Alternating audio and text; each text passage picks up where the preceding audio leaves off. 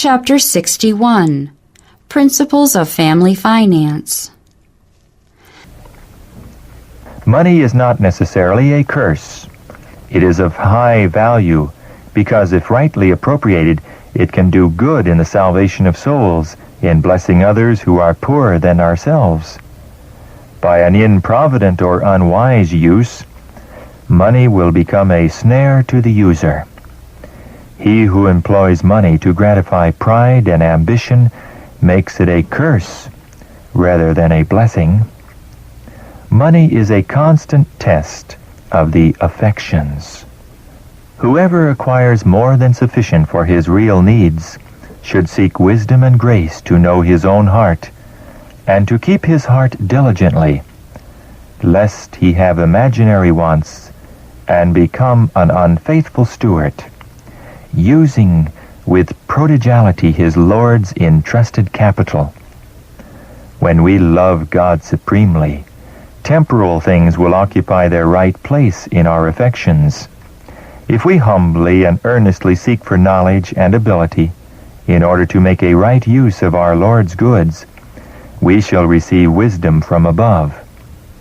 When the heart leans to its own preferences and inclinations, when the thought is cherished that money can confer happiness without the favor of God, then the money becomes a tyrant ruling the man. It receives his confidence and esteem and is worshipped as a god. Honor, truth, righteousness, and justice are sacrificed upon its altar.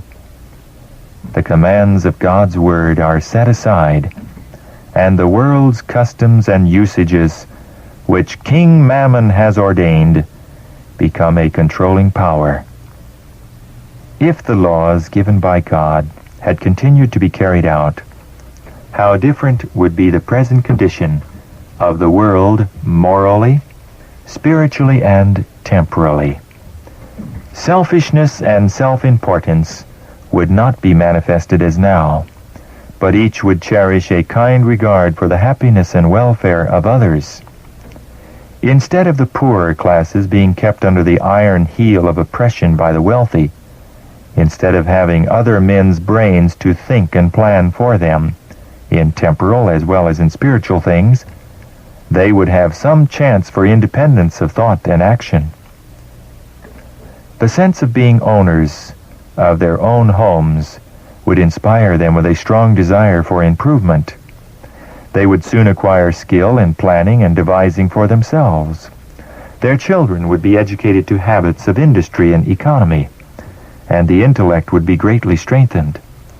They would feel that they are men, not slaves, and would be able to regain to a great degree their lost self-respect and moral independence. Educate our people to get out of the cities into the country, where they can obtain a small piece of land and make a home for themselves and their children. There are poor men and women who are writing to me for advice as to whether they shall sell their homes and give the proceeds to the cause. They say the appeals for means stir their souls, and they want to do something for the Master who has done everything for them. I would say to such, it may not be your duty to sell your little homes just now, but go to God for yourselves. The Lord will certainly hear your earnest prayers for wisdom to understand your duty. God does not now call for the houses his people need to live in. But if those who have an abundance do not hear his voice, cut loose from the world, and sacrifice for God, he will pass them by and will call for those who are willing to do anything for Jesus, even to sell their homes to meet the wants of the cause. Independence of one kind is praiseworthy. To desire to bear your own weight and not to eat the bread of dependence is right. It is a noble, generous ambition that dictates the wish to be self-supporting. Industrious habits and frugality are necessary. Many, very many, have not so educated themselves that they can keep their expenditures within the limit of their income. They do not learn to adapt themselves to circumstances, and they borrow and borrow again and again and become overwhelmed in debt, and consequently they become discouraged and disheartened. Habits of self-indulgence, or a want of tact and skill on the part of the wife and mother, may be a constant drain upon the treasury, and yet that mother may think she is doing her best because she has never been taught to restrict her wants or the wants of her children, and has never acquired skill and tact in household matters. Hence, one family may require for its support twice the amount that would suffice for another family of the same size. All should learn how to keep accounts. Some neglect this work as non-essential, but this is wrong. All expenses should be accurately stated. The Lord has been pleased to present before me the evils which result from spendthrift habits, that I might admonish parents to teach their children strict economy. Teach them that money spent for that which they do not need is perverted from its proper use. If you have extravagant habits, cut them away from your life at once. Unless you do this, you will be bankrupt for eternity. Habits of economy, industry, and sobriety are a better portion for your children than a rich dowry. We are pilgrims and strangers on the earth. Let us not spend our means in gratifying desires that God would have us repress. Let us fitly represent our faith by restricting our wants. A parent reproved for extravagance. You do not know how to use money economically, and do not learn to bring your wants within your income. You have an eager desire to get money, that you may freely use it as your inclination shall dictate, and your teaching and example have proved a curse to your children. How little they care for principle! They are more and more forgetful of God, less fearful of His displeasure, more impatient of restraint. The more easily money is obtained, the less thankfulness is felt. To a family living beyond its means, you ought to be careful that your expenses do not exceed your income. Bind about your wants. It is a great pity that your wife is so much like you in this matter of expending means, so that she cannot be a help to you in this direction, to watch the little outgoes in order to avoid the larger leaks. Needless expenses are constantly brought about in your family management. Your wife loves to see her children dress in a manner beyond their means, and because of this, tastes and habits are cultivated in your children, which will make them vain and proud. If you would learn the lesson of economy and see the peril to yourselves and to your children and to the cause of God in this free use of means, you would obtain an experience essential to the perfection of your Christian character. Unless you do obtain such an experience, your children will bear the mold of a defective education as long as they live. I would not influence you to hoard up means. It would be difficult for you to do this. But I would counsel you both to expend your money carefully, and let your daily example teach lessons of frugality, self-denial, and economy to your children. They need to be educated by precept and example. A family called to self-denial. I was shown that you, my brother and sister, have much to learn. You have not lived within your means. You have not learned to economize. If you earn high wages, you do not know how to make it go as far as possible. You consult taste or appetite instead of prudence. At times you expend money for a quality of food in which your brethren cannot afford to indulge. Dollars slip from your pocket very easily. Self-denial is a lesson which you both have yet to learn. Parents should learn to live within their means. They should cultivate self-denial in their children, teaching them by precept and example. They should make their wants few and simple, that there may be time for mental improvement and spiritual culture.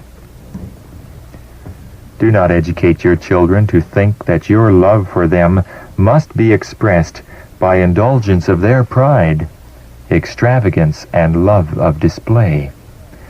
There is no time now to invent ways for using up money. Use your inventive faculties in seeking to economize.